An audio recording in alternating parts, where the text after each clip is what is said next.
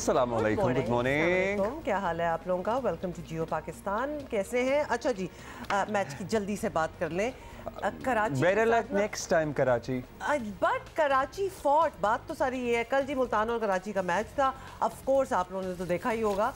तो बड़ा ही वो कांटेदार मुकाबला था।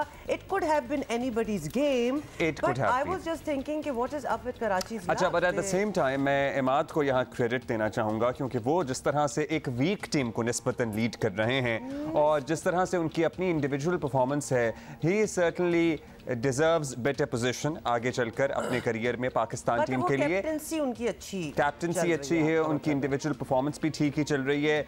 सो यस, पूरे नंबर इमाद के लिए, लेकिन otherwise it could have been anybody's game. लेकिन Abdullah, I was just thinking, मैं उन परों को याद कर रहा था जो कराची ने अपने खुद ही काट दिए। मोहम्मद रिजवान, उनकी पुरानी टी शर्टों में तस्वीरें मुझे याद आ रही थी, कराची से थे। हाँ, और फिर Babar Azam. This is the beauty of this game, players circulate और फिर आपको पता है ड्राफ्ट में इधर उधर चेंजेस होते ही हैं। लेकिन I also need to mention here कि मुल्तान जो है वो हमने पिछले 1-2 PSL से देखा है कि मुल्तान स्टार्ट बड़े धांसू और ज़ोरदार किस्म के तरीके से करते हैं और टॉप ऑफ द चार्ट्स में एकदम से आ जाते हैं। Then of course something happens. So अभी भी they are at the top of the charts. They have only lost one match by the way so far. So मुझे लगता है कि एंड में टक्कर जो मुकाबला होगा ना पिछले साल की तरह, वो मुल्तान सुल्तान और लाहौर कलंदर का ही ना हो जाए कहीं। But Peshawar Zalmi is also doing great, so let's see वहाँ से क्या आगे चलकर परफॉर्मेंसेज आती हैं और किसका क्या नतीजा निकलता है। हम मैच पर तफसील से बात करेंगे, इंडिविजुअल परफॉर्मेंसेज का भी तस्करा होगा, आने वाले मैचेस की प्रेडिक्शन भी होगी, लेकिन उससे पहले हम ज़रा बता दें आपको कि कल क्या कुछ होता रहा। भाई शाह महमूद कुरैशी साहब बेचारे प्रिजन वैन में, उनकी एक गुफ्तगू मैंने सुनी और मुझे बड़ा दुख हुआ, क्योंकि वो तवक्को ये कर रहे थे कि उन्हें CCPO ऑफिस ले जाया जाएगा फॉर वेरी ऑब्वियस रीज़न, लेकिन उन्हें पता नहीं कहाँ लेकर चले गए।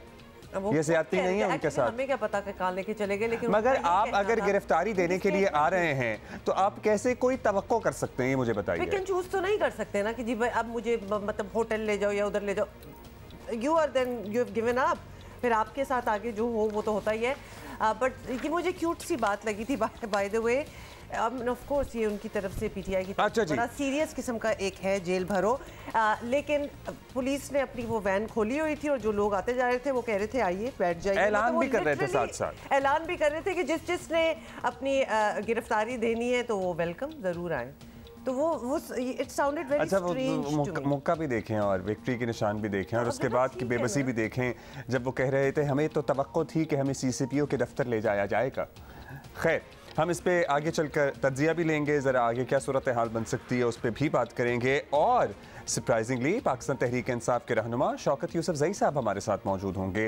वैसे हम ये रिमाइंड करा दें कि पाकिस्तान तहरीक इंसाफ के तमाम रहनुमाओं के लिए जियो न्यूज़, जियो पाकिस्तान, जियो के तमाम प्रोग्राम्स का प्लेटफॉर्म हाजिर है। जब भी अपना किसी भी मामले पर मौक़िफ़ देना चाहें, you are more than welcome. एक होता है वेलकम, एक होता है मोर देन वेलकम, ठीक है। लेकिन उससे पहले आपको ये बता दें कि चीफ जस्टिस पाकिस्तान ने पंजाब और खैबर पख्तूनख्वा में इंतखाबात में ताख़ीर पर आज खुद नोटिस लेते हुए 9 रुकनी लार्जर बेंच जो है वो बना दिया है और समात होगी आज 2 बजे। जस्टिस एजाजुल हसन और जस्टिस मज़ाहिर अली अकबर नकवी ने आज खुद नोटिस के लिए मामला चीफ जस्टिस को भेजा था और साथ ही चीफ जस्टिस की सरबराही में बनने वाले बेंच में justice Ijazul Hasan, justice Mansoor Ali Shah, justice Munib Akhtar, justice Yahya Afridi, justice Mazahar Ali Akbar Naqvi, justice Jamal Khan Mandokhail, justice Mohammad Ali Mazhar और जस्टिस अतहर मिनल्ला शामिल हैं। सुप्रीम कोर्ट के एलामी में कहा गया है कि आज खुद नोटिस में देखा जाएगा कि इंतखाबात की तारीख देना किसका इख्तियार है। देखा जाएगा कि इंतखाबात कराने की आईनी जिम्मेदारी किसने और कब पूरी करनी है। ये भी देखा जाएगा कि फेडरेशन और सूबों की आईनी जिम्मेदारी क्या है। अदालती एलामिया के मुताबिक असम्बली की तहलील के बाद आइन लाजिम करार देता है कि 90 दिन में इंतखाबात करा लिए जाएँ। सो लेट्स सी, आज दिन 2 बजे लार्जर बेंच इस केस की समाअत करेगा और जिन 2 मुअज़्ज़ज़ जज साहिबान ने ये मामला आगे ख़त के ज़रिए भेजा है चीफ जस्टिस को, no surprises there, but Geo news would keep you posted कि इस केस में किस तरह से कार्रवाई आगे बढ़ती है। कमिंग बैक टू जेल भरो तहरीक, आज बाय द वे उसका दूसरा दिन होगा और लेट्स सी कि आज कौन कौन से रहनुमा। आज पेशावर में एक्चुअली जेल भरो ना, आपको पता है ना, वैसे पेशावर में भी आपको पता है एक दफा 144 नाफिज कर दी गई है। सो ये भी I think Abdullah in the larger grand scheme of things, अगर आपने गिरफ्तारी देनी है तो कोई मकसद तो होना चाहिए ना। तो 144 अगर नाफिज कर देंगे और बहुत से इकट्ठे हो जाएंगे तो वो ऑटोमेटिकली अरेस्ट नहीं हो जाएगा। वो थोड़ा सा मकसद कर लाहौर में भी बना। पीटीआई ने कल लाहौर से जेल भरो तहरीक शुरू की है। जेलें क्या भरती, खैर मॉल रोड पर आई पुलिस वैन भी ना भर सकी। ये मुतवक्का भी था क्योंकि इमरान खान खुद आपको पता ही है हिफाजती जमानतें करवा रहे हैं और जहाँ खान साहब खुद नहीं होते ना, जहाँ उनकी कैरिज्मेटिक पर्सनैलिटी नहीं होती, वहाँ ज़रा उसके अलावा अगर कोई मामला हो तो फिर कारकुन कम ही रुख करते हैं। इमरान खान साहब ने कल फिर अवाम को जेल भरो तहरीक के मकासद समझाने की, फर्टाइल माइंड्स में डालने की कोशिश की है। अच्छा जी, खान साहब को भी आपने सुन लिया। वैसे इतना ज़रूर हुआ कल कि पीटीआई के कारकुनों को हल्ला गुल्ला करने और छोटी मोटी जो शरारतों का जो है ना वो मौका मिल गया। Why make that face? पर मौका चाहिए था, वो मिल गया। वैसे ही शरारतों से मुझे शरीर जहन में आता है और फिर वैसे क्यूट सा फेस बन जाता है ना, बच्चे तो हालांकि there was no cuteness there, that's what you are saying. Anyway, आपको ये बताते हैं कि कारकुन जो थे वो पुलिस वैन्स की छतों पर चढ़कर हंसते मुस्कुराते रहे, बिकॉज ऑब्वियसली ये एक वैसे जिंदगी में इतनी टेंशन है, वैसे कोई एक्टिविटी माइंड डाइवर्ट करने के लिए मिल गई। कुछ कारकुनों ने अपना गुस्सा जो है वो पुलिस की गाड़ी तोड़ कर निकाला। ये वैसे एक आइसोलेटेड इंसिडेंट था, ऐसी कोई बात नहीं थी कि बिल्कुल ही ऐसा हो रहा था।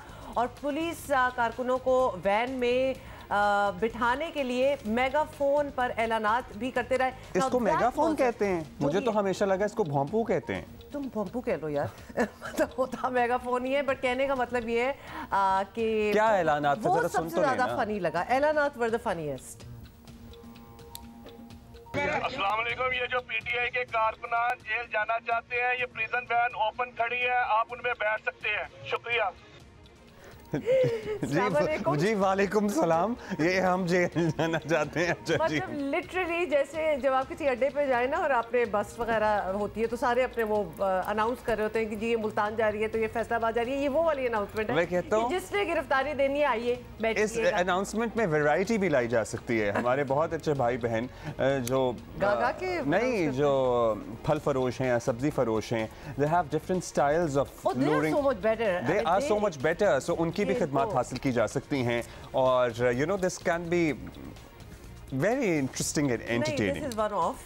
अच्छा, शाह महमूद कुरैशी, असद उमर, सरफराज चीमा और आजम सवाती पहले खुद जाकर कैदियों की वैन में बैठ गए, तस्वीर बनवाई। शाह महमूद कुरैशी ने शिकवा किया कि ना जान। अच्छा, हमें पता क्या शिकवा किया, अब सुना देते हैं।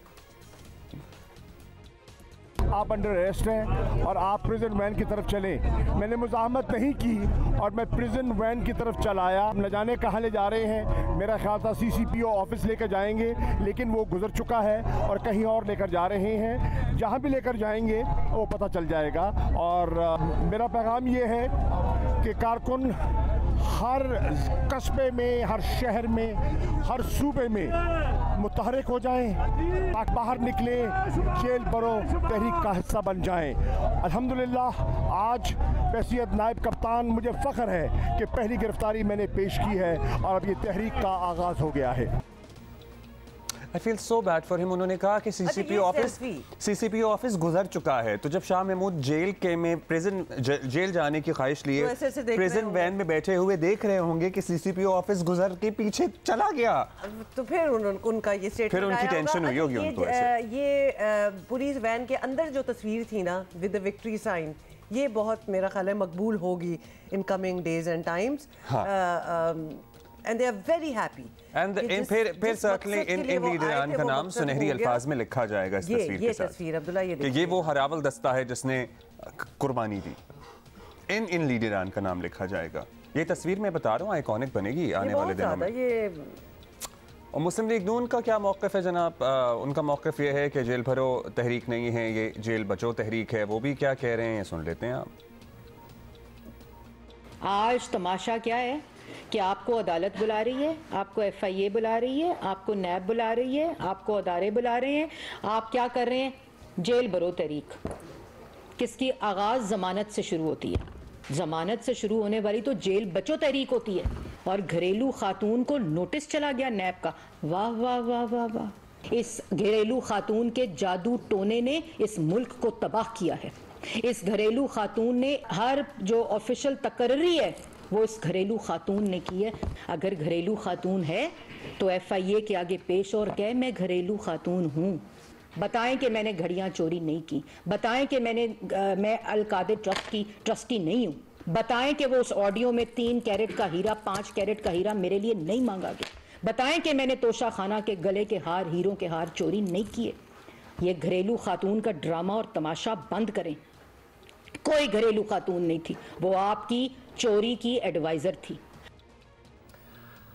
अच्छा चलें, ये आपने दूसरी साइड ऑफ द स्टोरी भी सुन ली और साथ ही आपको बताते हैं कि लाहौर में बेसिकली बॉटम लाइन ये है कि कल ना तो कोई बड़ा हंगामा हुआ और ना ही डंडे चले, मतलब बेसिकली कुछ भी नहीं हुआ। और आज मुझे लगता है कि वहाँ पे दीवाने कारकुन हैं खान साहब के और वहाँ पे जरा बड़ी की बात कर रहे हैं आप, तो वहाँ पे बड़ी तादाद में हो सकती हैं गिरफ्तारियाँ नहीं एज इन क्या तो है, हो सकता है वो वॉलंटरी गिरफ्तारियां। चलो जो भी है, लेकिन कहने का मतलब है may be today would be the day जब वो लिटरली जो जेल भरने की बात कर रहे हैं, तो हो सकता है तो हमारी साथी नादिया सुबोही हमें ज्वाइन कर रही हैं। नादिया अस्सलाम वालेकुम, बताइएगा क्या माहौल है आज, क्या इंतजामात हैं निगरान हुकूमत के और पाकिस्तान तहरीक इंसाफ की जो पेशावर की क़यादत है उन्होंने क्या प्लान बना रखा है?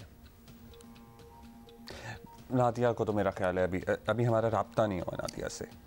As soon as we get in touch with Nadia, तो हम जरा उनसे पूछेंगे। लेकिन बाकी बात आपने जो सही की थी कि यू नेवर नो कि PTI जो जेल भरो तहरीक है उसमें जान डल सकती है KP में, बिकॉज बहुत ही लैक लस्टर किस्म का रिस्पॉन्स था। वैसे लाहौरियों से आप क्यों एक्सपेक्ट कर रहे थे कि कोई बहुत वालेहाना रिस्पॉन्स देंगे वो जेल भरो तहरीक? मैं लाहौरियों से बिल्कुल एक्सपेक्ट कर सकती हूँ।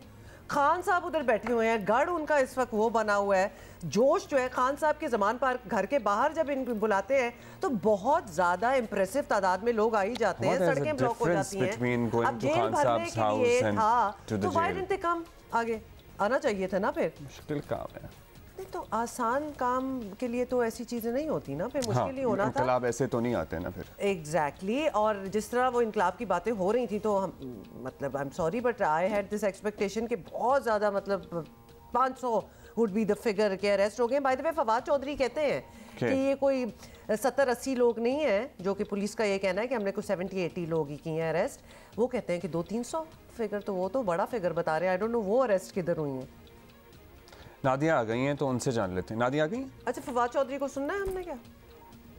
नहीं नहीं, हम नादिया आपने बता दिया है ना, हम आप नादिया से पूछ लेते हैं कि क्या मामला है। नादिया जी बताइएगा कि आज की क्या तैयारियां हैं, क्या एक्सपेक्टेशन है और किस तरह लोगों को खासतौर पे PTI के जो कारकुन हैं उनको तैयार किया हुआ है? कुछ देख रही हैं आप अभी से सिस्टम या later in the day start होगा कुछ? जी बिल्कुल, पाकिस्तान तहरीक इंसाफ की जेल भरो तहरीक का आगाज़ आज पेशावर से हो रहा है। इस वक्त मैं मौजूद हूँ पेशावर के एक मकामी होटल के बाहर, जहाँ पर 11 बजे PTI के वर्कर्स कन्वेंशन का इनेकाद होना है। अगर कैमरामैन दिखा सकें तो इस वक्त कन्वेंशन की तैयारियाँ की जा रही हैं। कैमरामैन फजल हुसैन से हम कहेंगे कि वो ज़रा हॉल को बता दें कि यहाँ पर बाकायदा 300 से 400 अफराद के बैठने की इंतज़ामात किए गए हैं, जबकि DJ का बंदोबस्त किया गया है। यहाँ पर मुख्तलिफ जो PTI से मुतल्लिक जो नगमे हैं, जो तराने हैं, वो लगाए गए हैं। इसका आगाज़ कर दिया गया है। और अगर हम मजमूई तौर पर बात करें पेशावर की मुख्तलिफ सड़कों शाहराहों पर कन्वेंशन PTI के वर्कर्स कन्वेंशन की जिस पर जेल भरो तहरीक दर्ज है और ये कहा जा रहा है, मोटिवेट किया जा रहा है कि PTI के जो कारकुनान हैं आज वो अपनी गिरफ्तारियां देंगे। अगर हम बात करें लीडर्स की तो आतिफ खान, शाह फरमान, परवेज़ खटक, असद कैसर, ये लोग आज जो PTI के रहनुमा हैं वो अपनी गिरफ्तारियां देंगे।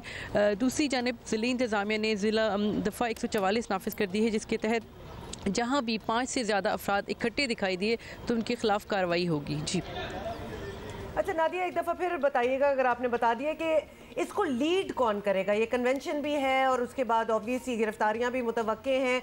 कौन कौन लीडर्स हैं PTI के इस वक्त पेशावर में जो कि इसको लीड कर रहे हैं और जो खुद भी गिरफ्तारी देंगे? जी बिल्कुल, शाह फरमान हैं, असद कैसर हैं, शौकत यूसुफजई हैं, आतिफ खान हैं, ये वो और परवेज़ खटक भी यहाँ पर होंगे, जिनके बारे में कहा जा रहा है कि वो कन्वेंशन के जो कन्वेंशन जो है वो 11 बजे शुरू होगा। उसके बाद जो रहनुमा हैं PTI के वो प्रेस कॉन्फ्रेंस करेंगे और गिरफ्तारियों का अमल उस वक्त इसके बाद शुरू कर दिया जाएगा और ये जो लीडर्स हैं ये अपनी गिरफ्तारियाँ पेश करेंगे।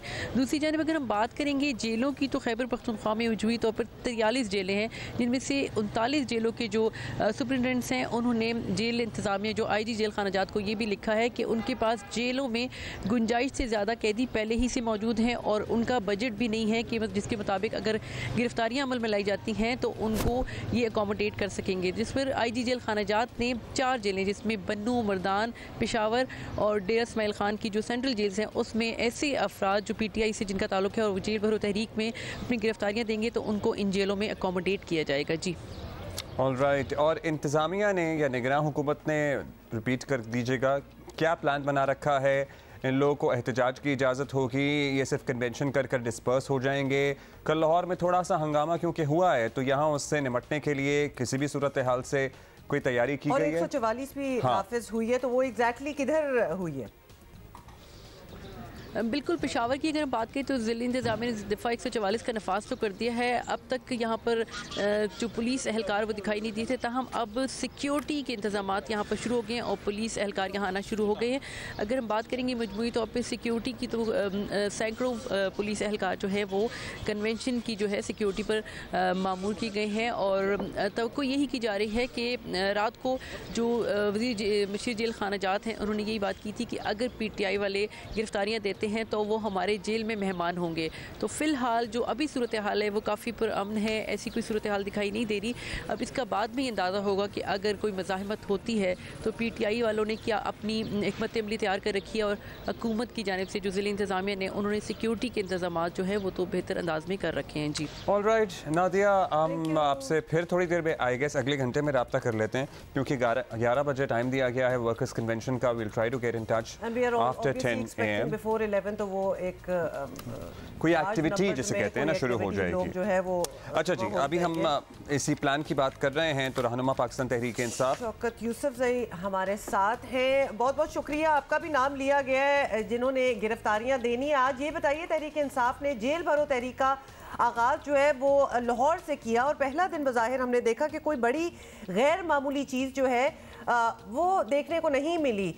तो ये बताइए, खैबर पख्तूनख्वा में भी आप लोगों का ऐसा ही प्लान है आज का, तो वाकई किसी असली जेल में जाने का इरादा रखते हैं? इसका क्या मकसद होगा? एक्सपेक्टेशन क्या है आपकी? देखिए, इस वक्त तो आवाम परेशान है और मुल्क का जो माशी सिस्टम है वो फेल हो चुका है और इस हुकूमत से डिलीवर भी नहीं हो रहा है। तो ये तो एक मुल्क है, कोई बनाना रिपब्लिकन तो है नहीं। तो यहाँ पे जब तक आइन और कानून की अमलदारी नहीं होगी तो मुश्किलात तो होंगी। तो हमारे लिए और कोई वो नहीं है। हम तो चाहते हैं कि हम सड़कों पे भी आ सकते थे। हम सड़कों पे आने से लोगों का रोजगार खराब हो जाता, मजीद मुश्किलात में लोग आ जाते। तो हम लोगों को मुश्किल में नहीं डालना चाहते, अलबत्ता हुकूमत पे जरूर प्रेशर डालना चाहते हैं। जो ये एक दो को पकड़ती है, हम कहते हैं सारे सबको पकड़ो। तो देखिए, ये एक मौजूद तरीका है दुनिया के अंदर कि आप गवर्नमेंट पे प्रेशर डालें और आवाम के लिए, क्योंकि महंगाई लोग बर्दाश्त नहीं कर पाएंगे। कुछ अर्से बाद आप देखेंगे ये तो तहरीक इंसाफ की जंग नहीं है अकेले, ये अवामी जंग है और अवाम की जंग है। अब अवाम भी निकलेगी, आप देखें, और मुश्किलात मजीद बढ़ेगी इस हुकूमत के लिए। तो हमारा प्लान ज़ाहिर है हमारी हिकमत अमली है और इमरान खान की हर हिकमत अमली इनको बाद में समझ आई है और वो बड़ी कामयाब जाती है। शौकत साहब, सर्टनली आवाम बड़े मुश्किल में हैं, तो क्या आप रिस्पॉन्स एक्सपेक्ट कर रहे हैं? तहरीक इंसाफ से मुताल्लिक़ एक आम तासुर ये भी है कि इमरान खान साहब सर्टनली कायद तो हैं ही इस पार्टी के, लेकिन वही सबको अट्रैक्ट भी करते हैं। तो क्या हम उम्मीद रखें? खान साहब खुद तो हिफाजती ज़मानतें ले रहे हैं, उनके बगैर, उनके जेल जाए बगैर इस जेल भरो तहरीक का रिजल्ट निकल आएगा? देखिए, अब माशाल्लाह तहरीक इंसाफ एक बहुत बड़ी जमहूरी पार्टी बन गई है, चारों सूबों की, बल्कि अब आज़ाद कश्मीर और गिलगित बल्तिस्तान में भी। तो अब तो एक पार्टी है और एक हिरार्की है और हिकमत अमली है। उस हिकमत अमली के तहत हम इन पे प्रेशर डालेंगे इंशाल्लाह और अपना आईनी और कानूनी हक इस्तेमाल करेंगे। कोई गैर कानूनी काम तो हम नहीं कर रहे हैं। और सिर्फ ये कि जाहिर है ये हुकूमत जो है ये ऐसे उसमें फंसी हुई है कि न आगे जा सकती है न पीछे हट सकती है। अब जो आइन और कानून के साथ जो खिलवाड़ हो रहा है इसके तो देखिए जिम्मेदारी किसी न किसी पे तो फिक्स होगी।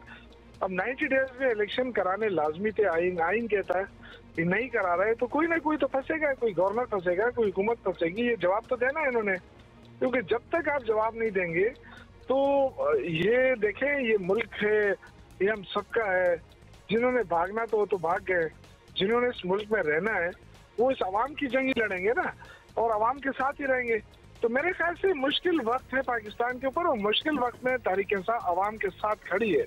चाहे ये जितना जुल्म करे, जितना बर्बरियत का मुजाहरा करे हुकूमत, हमें इसकी परवाह नहीं है। हम आवाम के साथ खड़े हैं और आज की उसने साबित कर दिया कि तहरीक इंसाफ एक मजबूत सियासी कुव्वत है, और इमरान खान जो भी हिकमत अमली बनाएगा वो इंशाल्लाह मन अमन उससे अमल होगा।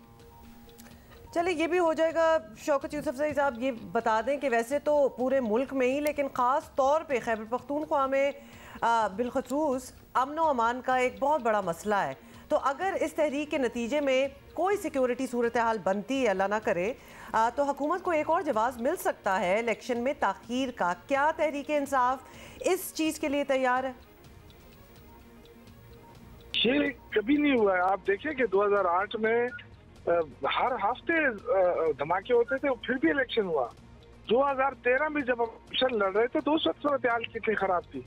तो ये जो बहाना है इसका कि जी हालात खराब में इलेक्शन नहीं हो सकते, ये बिल्कुल बहाना नहीं चलेगा। एक ही रास्ता है इनके पास। देखिए जब तक सियासी अदम इस्तेकाम आप ख़त्म नहीं करेंगे और पॉलिटिकल स्टेबिलिटी नहीं आएगी मुल्क के अंदर, तो मईशत को सुधारना ये नामुमकिन है। तो आप मुझे बताएं कि पॉलिटिकल स्टेबिलिटी कैसे आएगी? जाहिर इलेक्शन से आएगी। हम तो इनसे कोई इक़्तिदार तो नहीं मांग रहे हैं, हम तो इनसे कह रहे हैं कि मेहरबानी करें, इलेक्शन कराएं। आप जीत जाए तो आप आ जाएं।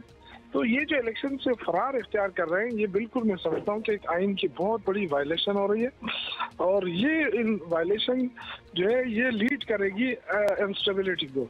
तो हम तो हालात खराब नहीं करना चाहते। अगर हालात खराब करना चाहते तो आज अगर हम इमरान खान सड़कों पे निकले तो आवाम पूरी उनके साथ निकलेगी, ये तो हुकूमत ही जैम हो जाएगी। तो हम तो वो नहीं करना चाहते। हम तो कह रहे हैं कि ठीक है हमें गिरफ्तार कर लो, हम गिरफ्तारी देना चाहते हैं।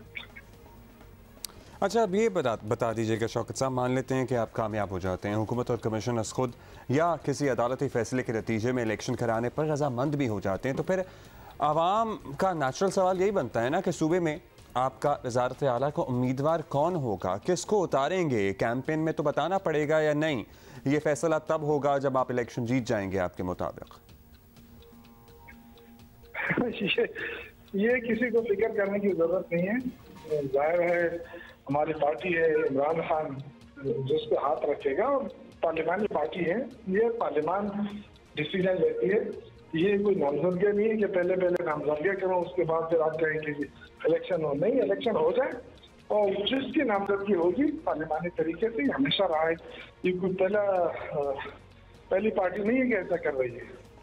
वो तो इमरान खान की नीति है और पार्लिमानी पार्टी का तरीक़ाकार भी है। इंशाल्लाह उसी तरीके पर हम चलेंगे। चलें, बहुत शुक्रिया आपका शौकत साहब। अभी आपने कहा कि इमरान खान साहब जिस पे हाथ रखेगा, फिर एक तरफ जमहूरी पार्टी भी है, या फिर जिसकी फाल निकल आएगी, जिसके नाम के हरूफ जो हैं वो सही आदाद में बैठ जाएंगे, वही वज़ीर आला बनेगा। 11वें मैच की बात करेंगे। HPL PSL सीज़न 8 के 11वें मैच में सनसनीखेज मुकाबला हुआ। वैसे I really feel bad for Karachi kings. Multan Sultan ने कराची किंग्स को 3 रन से शिकस्त दे दी है। ऑल्दो मुल्तान ने पहले बैटिंग करते हुए मुकर्ररा 20 ओवर्स में शानदार बैटिंग का मुजाहिरा किया। पर्टिकुलरली मोहम्मद रिजवान को हम कैसे भूल सकते हैं। 2 विकेटों के नुकसान पर 196 रन बनाए। कप्तान मोहम्मद रिजवान ने शानदार सेंचुरी स्कोर की। वो 110 पर नॉट आउट रहे। जवाब में क्या हुआ बता रही हैं आप? जवाब में ऑफ कोर्स बता रही हूँ। ऑल्दो बाबू किंग्स हार गए, अब क्या मैं बताऊँ, बट एनीवे जवाब में कराची किंग्स का आगाज अच्छा हुआ डेफिनेटली। और ओपनर्स ने जो है मैथ्यू वेड और कौन थे, जेम्स स्पेंस उन्होंने बनाए जी।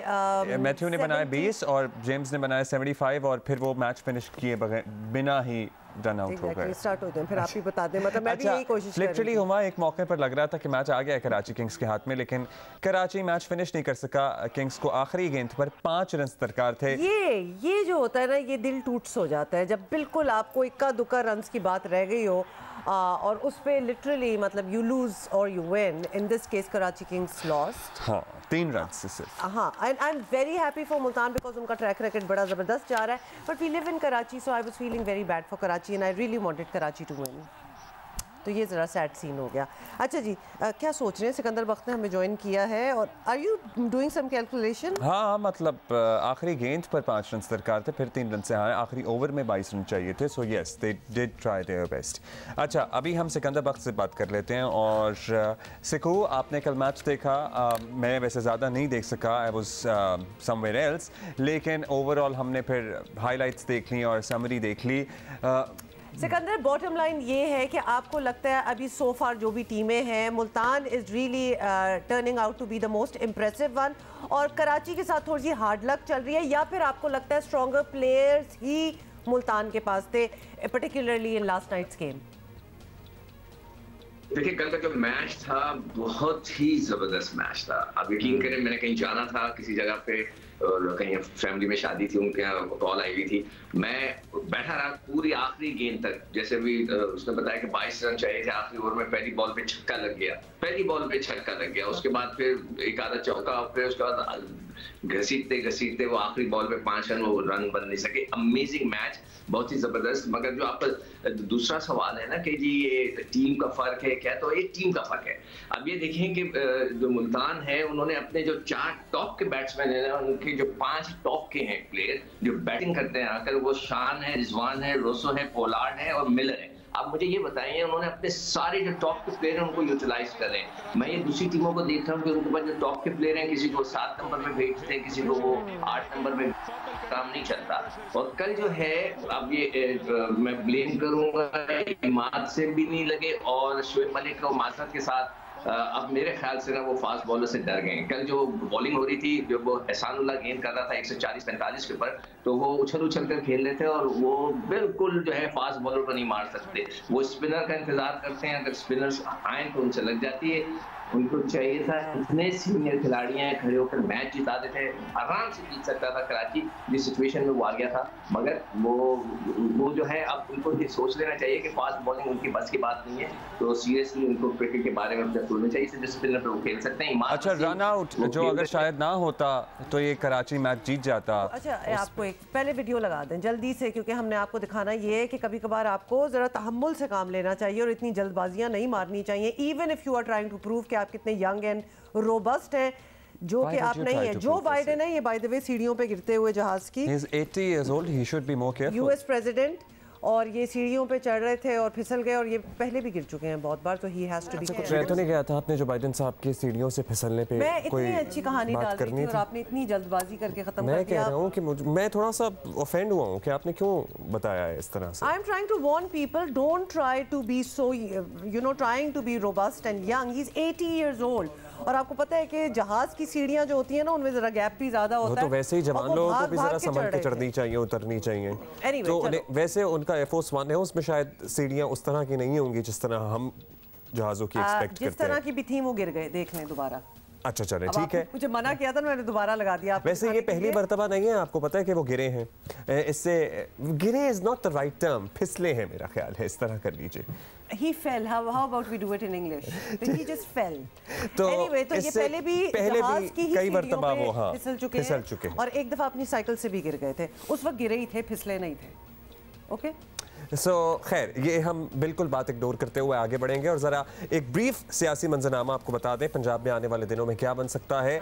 परवेज इलाही की तहरीक इंसाफ में शमूलियत, दोनों तरफ से बहुत से नजरियाती समझौते ऐसा लग रहा है कि हो गए हैं। दोनों की सोच में पीटीआई और परवेज इलाही साहब और उनकी पार्टी की जमीन और आसमान का फर्क है। इमरान खान अपनी हुकूमत खत्म होने का सारा इल्जाम एस्टैब्लिशमेंट खासतौर पर जनरल रिटायर्ड बाजवा के सर थोप रहे हैं, लेकिन चौधरी साहब जनरल बाजवा को पीटीआई का सबसे बड़ा मोहसिन कहते आए हैं।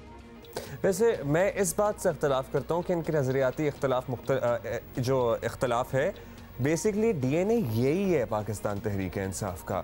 ये तो ज़रा 4 दिन की चांदनी है तो इनकलाब सर पर चढ़ा हुआ है और वो सर चढ़ कर बोल रहा है।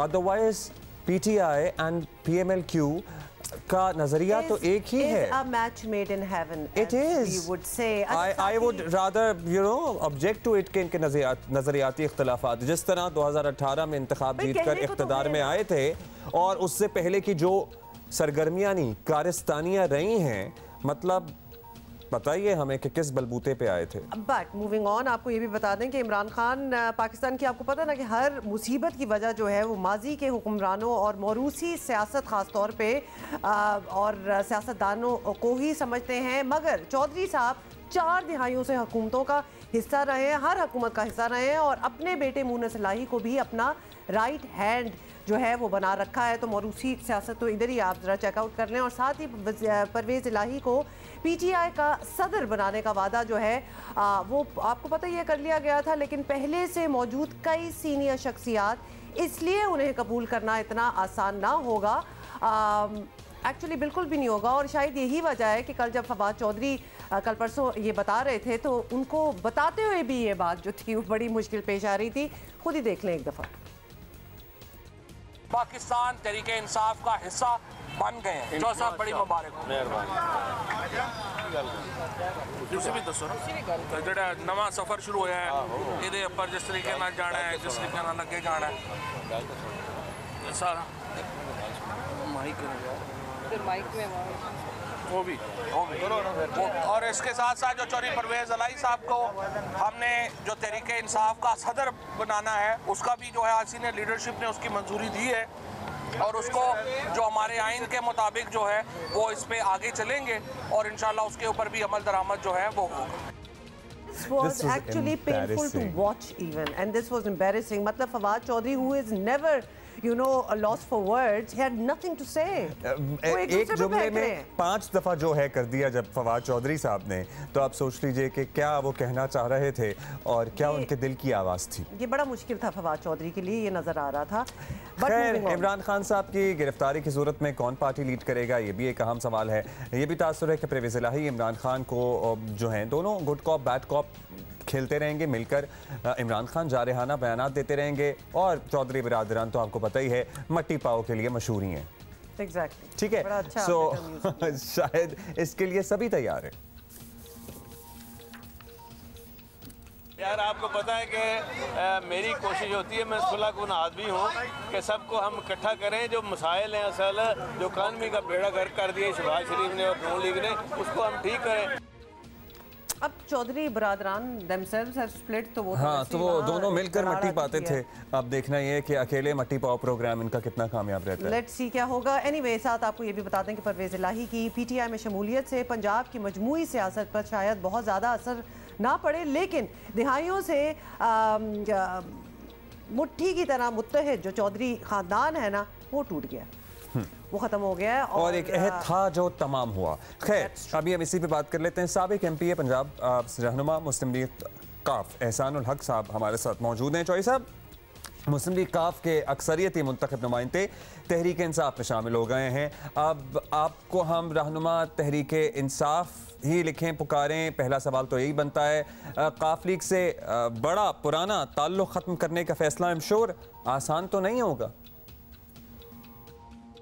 यकीनन ये एक हमारे लिए बड़ा मुश्किल फ़ैसला था, लेकिन इस फैसले की बुनियाद दरअसल चौधरी शुजात साहब ने उसी दिन रख दी थी जब उन्होंने नाम नहाद एक लेटर जो जारी किया था, हमें डायरेक्शन दी थी जिसमें चौधरी परवेज़ इलाही साहब के ख़िलाफ़ वोट डालने के लिए।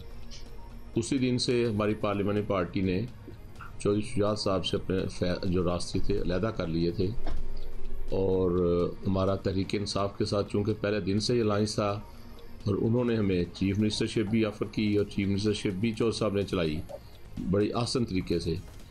तो आस्ता आस्ता ये जो आपस में सियासी जो कुर्बतें थी मज़ीद बढ़ती गईं और चौधरी शुजात साहब ने चौधरी साहब को चूँकि पार्टी से भी निकाल दिया, इसीलिए चौधरी परवेज़ इलाही साहब ने हमारी पार्लियामानी पार्टी से और दीगर अहबाब सियासी अहबाब से मशावरत की और इस नतीजे पे पहुँचे कि हम तहरीक इंसाफ के साथ, खान साहब ने भी इंतहाई आसान तरीके से ऑफ़र की कि आप तहरीक इंसाफ में मर्ज हो जाएं, और चौधरी साहब ने भी उस पर लब्बैक कहा। और इंशाअल्लाह ताला अब हम जो कहते हैं ना कि यकजान दो कालब की तरह अब तहरीक इंसाफ का हिस्सा बन गए हैं, और इंशाअल्लाह ताला हमारा जो है खान साहब के साथ उनकी लीडरशिप में मुकम्मल इत्मीनान है। बिल्कुल ठीक है, तो दो कालिब हो गए, बहुत ही match made in heaven. I am sorry, इसके अलावा हमारे पास तो कोई टर्म ही नहीं है। ये ज़रूर बताइएगा कि इस्टेब्लिशमेंट से ताल्लुकात जो हैं वो जैसे बुनियादी इशूज़ जो हैं इस्टेब्लिशमेंट वाले, वो आपका और खान साहब का एक नज़रियाती इख्तलाफ तो था इन द पास्ट, हमें पता है। तो क्या वो इख्तलाफ या चले तहफ़्फ़ुज़ात आप कह लें वो साथ चलेंगे, या अब आपका बयानिया जो है वो भी जो पार्टी का है वो आपका है? जहाँ तक इस्टेब्लिशमेंट के साथ ताल्लुकात के हवाले से चौधरी साहब और इमरान खान साहब की सोच में फ़र्क की बात है, तो ऐसी कोई बात नहीं है। चौधरी साहब की अपनी सोच है। खान साहब जो है चूँकि उनका अपना एक तजर्बा है उस इस्टेब्लिशमेंट के साथ ताल्लुकात का, तो ये पार्टी के अंदर के मामलात हैं, लेकिन जो कलेक्टिव हमारा जो है वो पॉलिसी जो है वो वही है जो पार्टी कायद की पॉलिसी है, और इंशाअल्लाह ताला उसी पर हम कारबंद हैं। अच्छा, अब ये बता दीजिए कि परवेज़ इलाही साहब का मानना है कि वो पार्टी सदर बनेंगे, जिस तरह से उनका ऐलान किया वो भी सबने देख लिया। शाह महमूद बताते रहे कि पार्टी में नंबर 2 वही रहेंगे, तो आप ही वजाहत कर दें कि इमरान खान के बाद तहरीक इंसाफ का सबसे बड़ा लीडर कौन होगा, और पंजाब में वजारत आला का उम्मीदवार कौन होगा? इस सिलसिले में हमारी ये जब पार्टी मीटिंग्स हो रही थी तो चौधरी साहब ने हमें यही बताया कि हम गैर मशरूत तौर पर इमरान खान साहब के साथ इल्हाक कर रहे हैं, मर्ज हो रहे हैं हम, तो हमारा इमरान खान साहब के साथ कोई मुतालबा नहीं है। तो हमने भी उसी पे लब्बैक कहा, तो चौधरी साहब ने अपनी शमूलियत का ऐलान कर दिया। अब ये इमरान खान साहब और चौधरी साहब का मामला है या पार्टी के दीगर कायदीन का मामला है कि वो किस तरह किसको किस जगह पे रखते हैं या किस जगह पे किसकी जो है वो जिम्मेदारी देनी है। ये पार्टी कायदीन का मसला है, इसमें जहाँ भी वो रखें हमें खुशी है इस बात की। अच्छा, फाइनली ये भी बता दें कि अब चूंकि आप ऑब्वियसली तहरीक इंसाफ का हिस्सा बन गए हैं और चूंकि आपकी पार्टी जो है वो जेल भरो तहरीक जो है वो चला रही है, तो इसलिए आपसे ये भी जानना चाहेंगे कि क्या चौधरी परवेज़ इलाही, मुनस इलाही और आप सब जो हैं वो भी गिरफ्तारी देंगे और कब देंगे? जहाँ तक ये जेल भरो तहरीक का ताल्लुक है तो हमारे चेयरमैन साहब इमरान खान साहब जो उन्होंने बड़ी सोच विचार के बाद ये डिसीजन किया है कि हमने आईनी तरीके से इस हुकूमत से निजात हासिल करनी है, और उन्होंने ये तरीका निकाला है कि हम जेल भरो तहरीक शुरू करेंगे।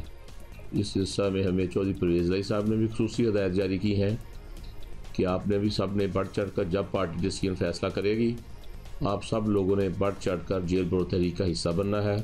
तो इंशाअल्लाह ताला हमने पार्टी की इस आवाज़ पर लब्बैक कहना है। बहुत शुक्रिया आपका। अब हम पीटीआई के रहनुमा ही कहेंगे, एहसानुल हक चौधरी साहब हमारे साथ मौजूद थे और बता रहे थे कि किस तरह से मामलात को आगे बढ़ाना है, और गैर मशरूत वैसे इस कोई नहीं इल्हाक होता। सो आई एम श्योर बहुत सारी शराइत इसके पीछे भी बरूए कार फरमा होंगी। क्या सेटलमेंट करनी है आने वाले इंतखाबात में, या कौन से ओहदे मिलने हैं, ऐसे ही तो नहीं। गैर मशरूत तो होता तो फिर पार्टी सदर बनने का वादा ना किया जाता तो ना परवेज़ इलाही साहब से। जब इन द पास्ट भी हमने देखा होता ना कि सेल्फलेसली जी आंखें बंद करके, because you are so inspired कि सारे साथ चल रहे होते हैं, मतलब शर्तें होती हैं, कंडीशंस होते हैं, समझौते होते हैं, अरेंजमेंट्स होती हैं, मिनिस्ट्रियां होती हैं। There's a lot. So there's no such thing as गैर मशरूत इल्हाक या साथ. We would also advise please refrain from using these explanations and terminologies. अवाम बैठी है, अंधे तो नहीं है ना, और बेवकूफ उनको भी नजर आ रहा है, देख रहे हैं सालों से, वही लोग हैं, आप लोग भी और वही अवाम भी है। So just come out and be open about it. At least थोड़ी सी honesty तो हमारी अवाम डिजर्व करती है, तो ऑनेस्ट तो रहे ना। अच्छा जी, अभी हम आपको बताएंगे, वैसे कराची शहर अगर आपने नहीं विज़िट किया तो हम आपको ये बताते हैं कि कराची शहर एक खूबसूरत गुलदस्ता है, मुख्तलिफ ज़माने, मुख्तलिफ कल्चर, मुख्तलिफ मज़हब के मानने वालों और मुख्तलिफ कम्यूनिटीज़ के पुरअमन अंदाज में एक साथ रहने, एक ख़ानदान की तरह रहने, एक कम्यूनिटी की तरह रहने की बेहतरीन मिसाल है। मतलब लिटरली आपके मोहल्ले में साथ वाले घर में एक क्रिश्चियन फैमिली रह रही होगी, ऊपर वाले फ्लैट में शायद एक हिंदू ख़ानदान होगा, और आप ने सारा बचपन ऐसे गुजार दिया उनके साथ जैसे आप एक ही घराना है। और साथ ही ये तो बैनुल मज़ाहिब बात हो गई, फिर इतनी खूबसूरत और डाइवर्स कम्युनिटीज़ हैं और वो इतने ब्यूटीफुल अंदाज में एक दूसरे के साथ रह रही हैं सालों से, दिहाइयों से, कि ये मिसाल आपको पाकिस्तान के और किसी शहर में नहीं मिलती। तो आपको साथ साथ ये भी बता दें कि मतलब कल्चर्स डिफरेंट हैं, मुख्तलिफ ज़बानें हैं, मुख्तलिफ रिवाज रखने वाले लोग खाने भी डिफरेंट रहते हैं, और उनमें से एक बोहरा कम्युनिटी है जिनका हम खास तौर पे जिक्र करना चाहते हैं। और बोहरा कम्युनिटी के रिवाज और लिबास वगैरह ऑब्वियसली वो तो कुछ अलग है ही, and they are very distinct, आपको नज़र भी आ जाते हैं। लेकिन उनका खाना हमने सुना भी हुआ है, खाया भी हुआ है, ज़बरदस्त किस्म का है, very different from the rest of the food. और अच्छा, बहुत ही पढ़ी लिखी, ये है बता दूं, बहुत ही हमारे बहुत अच्छे दोस्त हैं मेरे, तो कुछ बहुत ही पढ़ी लिखी कम्युनिटी है। दे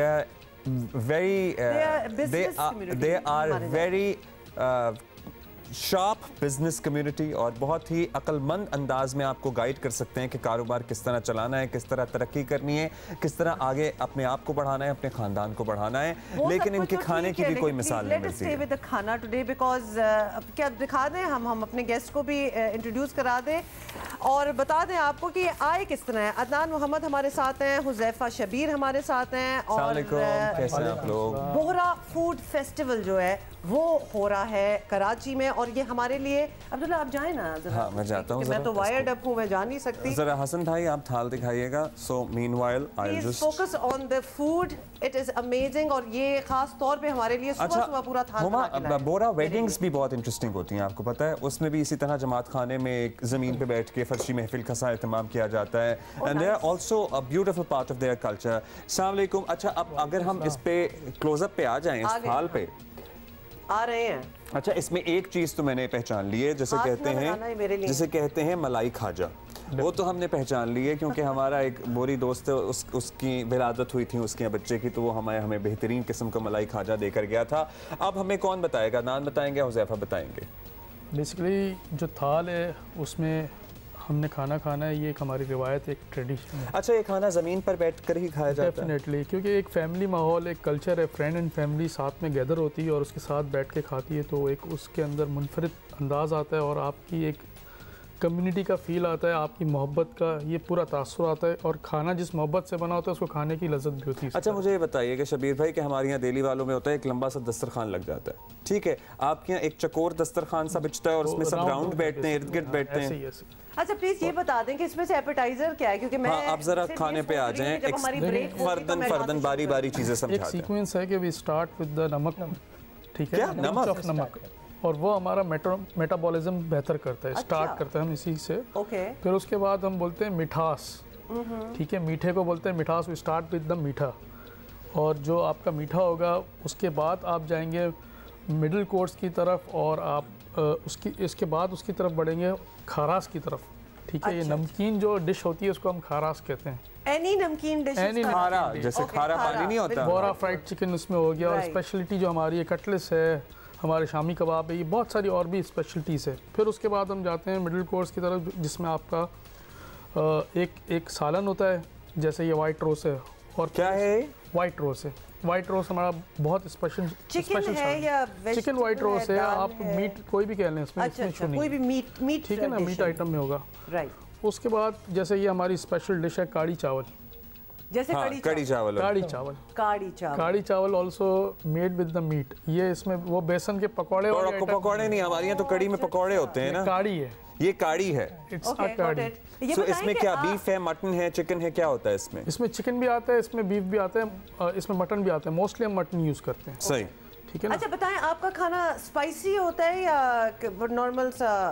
बेसिकली नॉर्मल खाना होता है ताकि सब किस्म के लोग उसको इजीली। अच्छा अदनान, मुझे बताएं, इन्होंने कहा जी हम नमक लेंगे उसके बाद मिठास लेंगे, तो मिठास में क्या हम मलाई खाजा पहले खा लेंगे या मिठास के लिए कुछ और शुरुआत करेंगे? मिठास के लिए ना हमारे पास चावल होते हैं, जर्दा टाइप नहीं, नॉर्मल चावल होते हैं, उसमें हम चीनी डालते हैं। सही। तो उससे हम सुदन्नू कहते हैं। क्या कहते हैं? सुदन्नू। मतलब वो कुक होता है चीनी के साथ चावल? नहीं, जो नॉर्मल राइस होते हैं ना उसमें हम चीनी स्प्रिंकल की भी होती है। ठीक है, और खाना स्टार्ट करते हैं। उससे आप चाहे एक चम्मच ले लें, बस बिल्कुल एक निवाला, बस बिल्कुल एक निवाला ले लें, और उसके बाद आप खाना शुरू करेंगे। और ये डिजर्ट्स में क्या, एक तो आई कुड गेस बूंदी है। ये बोरा की स्पेशल बूंदी है जिससे लड्डू भी बनते हैं। जी उसी तरह के होते हैं। ये बेसन की होती है, सॉर्ट ऑफ बेसन की होती है। मैं ट्राई कर सकता हूँ, इसमें जरा गंद नहीं मचेगा। बस इतना ही। दोज हू डोंट नो उनको मलाई खाजा भी बता दें कि क्या होता है इसमें। मलाई खाजा है ना, मलाई होती है जो पफ के अंदर फ्राई होता है। तो इसके अंदर रबड़ी टाइप चीज होती है मलाई वाली, और ये पफ के अंदर। अच्छा जी, अब ये सारा कुछ आपको दिखाने का मकसद क्या है? ये सारा कुछ दिखाने का मकसद है क्योंकि नॉर्थ नाजिमाबाद कराची में एक बोरा फूड फेस्टिवल हो रहा है from 24 to 26 of February, and this is at the north walk. आपको बता भी दें ताकि आपके लिए जरा आसान हो जाए। तो 24 to 26 February which is write down the corner. एक चीज है कि ये वो जो है वो क्या है वो नहीं आपने बताया। ये चिलमची लोटा हम इसको कहते हैं। चिलमची लोटा। खाने से पहले हाथ धोए जाते हैं इसमें। कोई भी थाल का एक फर्द उठ के सबको हाथ धुलवाता है।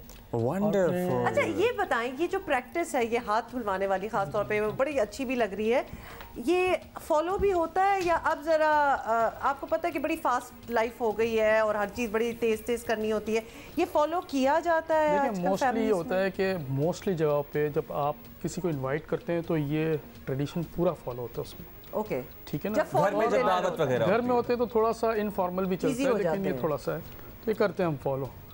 और दूसरी हम बेसिकली एक तो ट्रेडिशन है, इसके अलावा हमारा पूरे कराची के लोगों को ये मैसेज है कि वो वहाँ पे आए और वो वहाँ पे सारे बोरा कुजीन्स को वहाँ पे आके उसको टेस्ट करें, उसके साथ जो मल्टीपल स्टॉल्स दूसरे भी लगे हुए हैं उसको टेस्ट करें। क्योंकि हमने एक मिक्स इन्वायरमेंट वहाँ पे इसीलिए किया है कि वो मैक्सिमम वहाँ पे एडवांटेज लोगों ने आज तक देखा नहीं है। बहुत सारे ऐसे फूड आइटम जो आप सुनते हैं वो ढेपला, ढापड़ा, बिल्कुल, फिर हलीम आपने सुना होगा, लेकिन खिचड़ा, ठीक है ना, हलीम के साथ भरता होता है, ये वो स्पेशलिटीज़ हैं। और बहुत सारी जैसे ये काली चावल हमने, ठीक है, फ्राइड चिकन है, बहुत मशहूर है। ये वो सारी चीज़ें जिससे माउथ वाटरिंग लोग हमसे डिमांड करते हैं कैसे मिलेगी। और हमारे केटरर्स, हमारे फूड के स्टॉल प्लस अदर कुजिन्स के स्टॉल सारे वहाँ लगे हुए हैं। चले वंडरफुल जी। Bohra food festival the north walk north Nazimabad में 24 से 26 फरवरी को सिर्फ 100 रुपए इसकी एंट्री फीस है, जो भी चैरिटी पर्पसेस के लिए इस्तेमाल किया जाएगा। आप शहर में रहते हुए ही आपको एक डिफरेंट फ्लेवर जो है वो भी मिल जाएगा और एक नया कल्चर भी देखने को मिलेगा। If you haven't watched it up close, Adnan and Huzaifa, thank you guys for being with us. और हुमा जो है इसके बाद आपका थाल आपसे छीनने लगी। कैन आई सजेस्ट कि हम ब्रेक ले लें? हाँ, क्योंकि वो थाल फिर कहीं इधर उधर ना हो जाए ना अगली खबर में। और जी आखिरकार हुकूमत को खर्चे कम करने का ख्याल आ ही गया, और वरना तो आपको पता है ना कि हमेशा गरीब और मुतवस्सित तबका ही कुर्बानी देता है। लेकिन अब थिंग्स आर चेंजिंग। हुकूमती ऐलान के मुताबिक वफाकी वुज़रा तनख्वाहें जो हैं वो नहीं लेंगे। अब अगर सुनते जाएं आप आगे, गैस, पानी, बिजली के बिल जो हैं वो भी खुद भरेंगे। जहाज़ों की बिजनेस क्लास के बजाय इकोनॉमी क्लास में सफ़र होगा, तो आपकी शायद मुलाकात भी हो जाएगी इकोनॉमी में उनसे। 5 स्टार होटलों के भी मज़े जो हैं वो बिल्कुल ख़त्म हो चुके हैं। कोई वज़ीर लग्जरी गाड़ी इस्तेमाल नहीं करेगा। कार अलाउंस लेने वाले सरकारी अफसरों से गाड़ियाँ जो हैं वो वापस ले ली जाएंगी। वज़ीर आज़म हाउस और तमाम वजारतों में खाने की सिर्फ एक डिश इस्तेमाल की जाएगी। बिजली और गैस की बचत के लिए गर्मियों में दफ्तर जो हैं वो सुबह 7:30 बजे खुलेंगे। हुकूमत को उम्मीद है कि इन इक़दाम से 200 अरब रुपए की बचत होगी। वैसे दुकानें भी अगर सुबह खुलवाने के लिए कोई इम्प्लीमेंटेशन हो जाए, सिर्फ ऐलानात ना हो, तो उससे भी काफ़ी बचत हो सकती है। कोविड में भी तो हमने देखा था ना, 7 बजे दुकानें बंद होती थी, 6 बजे और सुबह खुल जाती थी। खैर, हालात कैसे ही मुश्किल क्यों ना हो, हुक्मरान अशराफिया और ब्यूरोक्रेसी के ठाट पाट भी कभी कम नहीं हमने देखे हैं। देर से ही सही हुकूमत ने अपने दामन में झांकने की इब्तिदा तो की है, लेकिन साथ ही वज़ीर आज़म शहबाज शरीफ ने आवाम को मज़ीद महंगाई की इत्तला भी देकर दिल पकड़ने पर मजबूर कर दिया है। अपने ऐलानात पर अमल करने का शहबाज हुकूमत का ट्रैक रिकॉर्ड ज़्यादा अच्छा नहीं रहा है। मार्केट जल्दी बंद करने का ऐलान हो, सरकारी इमारतों को सोलर पर चलाने के दावे हों, और तो और ये हुकूमत दहशतगर्दी जैसे अहम मामले पर APC तक नहीं करवा सकी। अगर इस बार वादों पर अमल हो गया तो ये गलतियों की इस्लाह की तरफ लिटरली हम पहला कदम ही समझेंगे। देखिए अभी भी बहुत अगर मगर है। आवन खुसूसी वज़ीर आज़म फैसल करीम कुंडी साहब ने हमें ज्वाइन किया है। फैसल साहब, सबसे पहले तो ऑब्वियसली हुकूमत ने बिल आखिर फैसला कर लिया कि आवाम से कुर्बानी लेने के साथ साथ, क्योंकि आवाम तो कुर्बान ही हो गए हैं, तो कुछ अपना खर्च भी कम किया जाएगा। और जो ऐलानात हैं वो ऑप्टिक्स के लिए तो ऑब्वियसली अच्छे ही हैं, लेकिन क्या वाकई ख़जाने को बड़ा फ़र्क पड़ेगा और आप लोग तैयार हैं ये करने के लिए? देखें, बिल्कुल ये जो है हुकूमत ने फैसला किया है, आपने सुना भी है कि वफाकी काबीना के जो वज़रा हैं उनकी इमारत को ख़त्म किया जा रहा है। देखें, एक नॉर्मली टीवी पे भी और आपके चैनल से मुख्तलिफ चैनल्स पे चल रहा था कि इतनी बड़ी काबीना, इमारत, ये चीज़ें, तो वो जो आपका जो है जो हमारी अपोजिशन पे जो बातें थी या मीडिया पे बातें की जा रही थी, कम से कम वो ख़त्म होगी। और दूसरा डेफिनेटली थोड़ा बहुत फ़र्क तो पड़ेगा। और एक क्योंकि पॉलिटिशियंस जो होते हैं वो एक जो है आपके लिए एक सिंबल होते हैं, तो इसलिए जो है काबीना की जो इमारत हैं वो ख़त्म की गई हैं। प्राइम मिनिस्टर की तरफ से कैबिनेट में आज फैसला किया गया है और इसी तरीके से बाकी इनिशिएटिव भी लिए जाएंगे और इस पे जो है आगे बढ़कर जो मैं समझता हूँ कि फ़र्क डेफिनेटली पड़ेगा। सर, कर तो हम कुछ नहीं सकते, लेकिन वैसे ही ज़रा ज़हनी तौर पर और अपने दिल को तैयार करने के लिए वज़ीर आज़म ने बता दिया है कि अभी जो महंगाई है वो तो है ही, लेकिन IMF की डील के बाद महंगाई और बढ़ेगी। तो कितनी बढ़नी है सर? 40-50% का आइडिया रखें हम लोग? देखें, इतनी तो मैं नहीं समझती कि बढ़ेगी, लेकिन डेफिनेटली जब आप IMF के साथ डील करेंगे तो जो है वो आपको कहेंगे कि आप टैक्स नेट बढ़ाएं, टैक्स बढ़ाएं। तो डेफिनेटली जब हम चीज़ें किसी से लेंगे तो डेफिनेटली आपको टैक्स बढ़ाना पड़ेगा और टैक्स बढ़ाएंगे तो जो है वो महंगाई बढ़ेगी। तो ये जो है कड़वा घूंट हमें पीना पड़ेगा और जो है उस पर जो है बिल्कुल हमें जो है इस पे मसाइल तो होंगे, मुश्किलात भी होंगी, लेकिन बेहतरी के लिए, मुल्क को आगे चलाने के लिए, फ्यूचर में लोगों को सहूलत देने के लिए ये चीज़ हमें करनी पड़ेगी। ऑलराइट, बहुत बहुत शुक्रिया। फैसल करीम कुंडी साहब बात कर रहे थे। वैसे इसी तैयारी के साथ ना मार्केटें जल्द बंद कराने का ऐलान भी किया गया था, उस पर कितना अमल हुआ है वो तो हम सबके सामने ही है ना। खैर, अभी हम वो तो बात भी आई गई हो गई। हाँ, अब वैसे लाहौर में कहीं इम्प्लीमेंटेशन हो रहा था, लेकिन जब बाकी पूरे मुल्क में नहीं हो रहा तो फिर एक मखसूस ताजर तबका क्यों नुकसान करे अपना, फिर ना करें या फिर सबका करें। अच्छा जी, ब्रेक ले रहे हैं और फिर हमने एक एनुअल इवेंट है कराची का जो कि आलमी मुशायरा, उस पर हम बात करेंगे। कराची की अदबी सरगर्मियों के लिए ये जो कैलेंडर है ना, उसका कैलेंडर खासतौर पर मौसम बहार में एक नई बहार का सा समा होता है उसमें, और एक और इवेंट होने जा रहा है। अभी तो हमने आपको एक फूड फेस्टिवल, कल हमने आपको एक फ्लावर फेस्टिवल, फ्लावर शो, और अब हम कराची में बेताबी से बहुत से लोगों को पूरे पाकिस्तान में इस इवेंट का इंतजार होता है, क्योंकि इसमें शिरकत ना सिर्फ पूरे पाकिस्तान से बल्कि दुनिया भर से लोग करते हैं, और वो इवेंट है आलमी मुशायरा। इस बार भी इसका इनेकाद किया जा रहा है। This is going to be the 28th edition expo centre Karachi में। 25 फरवरी की शाम 8 बजे आप पहुंच जाइएगा, या उससे पहले भी अगर आपने आगे की नशिस्त देनी है। 9 बजे डॉट शुरू हो जाता है और फिर आला सुबह तक ये सिलसिला जारी रहता है। और इसी सिलसिले में बात करने के लिए हमने दावत दी है, चीफ कोऑर्डिनेटर हैं इस मुशायरे के महमूद अहमद खान साहब। खान साहब, शुक्रिया, पिछले साल भी आपसे मुलाकात हुई थी, और जितना भी अदबी सर्कल है, अदबी हल्का, उसमें तमाम लोगों को इसका बेहद बेसब्री से इंतज़ार होता है। इस मरतबा बताइएगा क्या ख़ास है आपकी इस महफिल में? देखिए, बहुत शुक्रिया जियो का।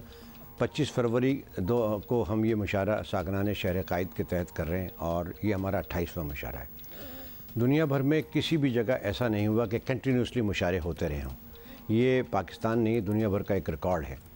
ये बात है 1988 की, जब साकनाने शहर कायद की तंजीम कायम की गई और इसके सरबरा अज़हर अब्बास हाशमी साहब, डॉक्टर पीरज़ादा साहब, सरिया सफ़ानुल्लाह, मसूद नकवी, यूनिकेरियंस ने बनाई थी। उस दिन से आज तक ये मुशायरे होते चले आ रहे हैं। एक तो इस तसलसल को बरकरार रखा गया, 2 साल कोविड की वजह से नहीं हो सके, और 2 साल बारिशें नहीं हुई तो नहीं हो सके। अब ये 28वां मुशायरा है। इस मुशायरे साकनाने शहर कायद के तहत इसके अंदर सबसे अहम चीज़ ये होती है कि इसमें हम चारों सूबे से शोरा को लेते हैं, और अकनाल आलम से भी लोगों को बुलाया जाता है। इंडिया से भी लोग। ये ब्रेकिंग न्यूज़ मैं आपको दूं कि इस बार हुकूमत पाकिस्तान ने हमें NOC जारी कर दी है, और कल उनको वीज़े लग गए। हमारे जो इंडिया शोरा इकराम है उनके वीज़े लग गए, और वो इंशाल्लाह 25 फरवरी को। कितने लोग आ रहे हैं? अभी 4 लोग आ रहे हैं। अब 4 में से 2 के तो कल वीज़े लग गए, आज कुछ लोग चले जाएंगे। तो ये एक बहुत खुशाइंद बात है, जो पिछले 6-7 साल से हमारे यहाँ नहीं आ रहे थे। इंडो पाक के आपके पास लिस्ट मौजूद होगी। कोई ऐसा शायर जो है जो इसमें ना आया हो, जो हमारी इसमें तो लेजेंडरी लोग हैं, वो सारे लोग आते हैं। ओवर द इयर्स मतलब कौन नहीं आया है, वो सारे लोग इसके अंदर आते रहे। ये खुशनसीबी है साकनाने शहर कायद की कि उन सब लोगों ने इसको पसंद किया, और पूरी दुनिया में इसका इंतज़ार होता है। अभी भी इसमें जर्मनी से और यूके से, यूएई से, फ्रांस से तमाम शोरा कराम आ रहे हैं और इसकी हम तैयारी पिछले 3 साल से करते हैं।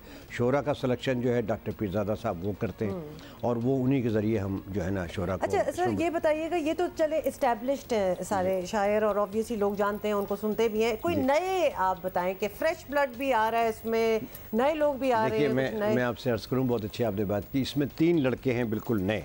एक है इसके अंदर डॉक्टर सलमान सरवत, दानिश हयात और अब्बास मुमताज़।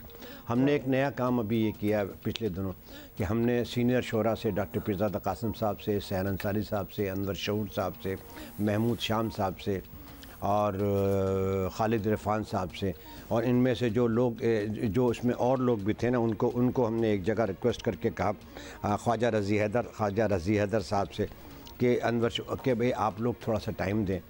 तो उन्होंने कहा क्या, मैंने इस कराची शहर के 38 लड़कों और लड़कियों को एक जगह जमा किया और 3.5 घंटे तक ये जो मेरे सीनियर शोरा थे इन्होंने उनको सुना और इसमें से उन्होंने 3 लोगों को सेलेक्ट किया और हम इन 3 लोगों को चांस दे रहे हैं आलिमी मुशायरे के अंदर। वंडरफुल।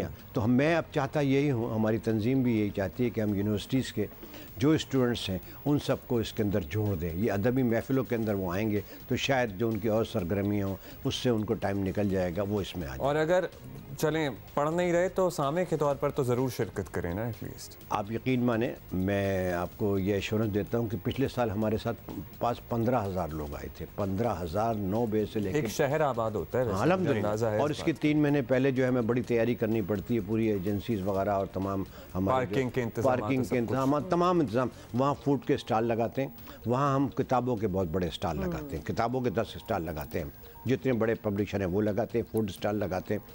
और एक वहाँ नया काम भी हम करते हैं, अगर आप हम सामी नाज़रीन के लिए, कि हम कुछ सकाफ़त लगाते हैं। वो कुछ सकाफ़त अपनी पुरानी रिवायातों को, जो 50 साल पुरानी हमारे बुज़ुर्गों की रिवायत थी मुशायरों की, वो हम सब वहाँ लगाते हैं। हम अपने पूरे जो शोरा इकराम है उनका कलाम वहाँ लगाते हैं। तो जब लड़के आते हैं, बच्चे आते हैं, तो वो देखते हैरान होते हैं कि अरे ये लोग भी इस मुशायरे में आते हैं। तो हमारी ख़वातीन के लिए भी बिल्कुल फैमिलीज़ आती हैं, फैमिलीज़ आती हैं। और आप यकीन माने वो फैमिलीज़ आती हैं जो पान भी साथ लाती हैं, खाना भी साथ लाती हैं, तकिए भी साथ लाती हैं, गाँव तकिए भी साथ लाती हैं, साथ ले जाइएगा। वो बुजुर्ग आते हैं, वहाँ पान का भी हम इंतजाम करते हैं। हम सर हर चीज़ का इंतजाम करते हैं। हमें सिर्फ शौक़ ये है कि इस शहर के जो अदबी माहौल है ना उसको दोबारा हम रिवाइव करें, और उसमें हमें बड़ी कामयाबी हुई है। स्टूडेंट्स जो है ना, तमाम यूनिवर्सिटीज़ के स्टूडेंट्स आते हैं उसके अंदर। और 25 फरवरी की जो 2025 का ये मुशायरा है, इंशाल्लाह पिछले सालों से भी एक अच्छा मुशायरा रहेगा जी। 25 को इंशाल्लाह 25 फरवरी को हम भी आपसे मुलाकात करेंगे। कराची में बसने वाले, पाकिस्तान बस भर में बसने वाले आप भी आ सकते हैं। महमूद खान साहब बहुत शुक्रिया आपने वक्त दिया। And that is it for today. We're going to see you tomorrow. Have a great day. Bye.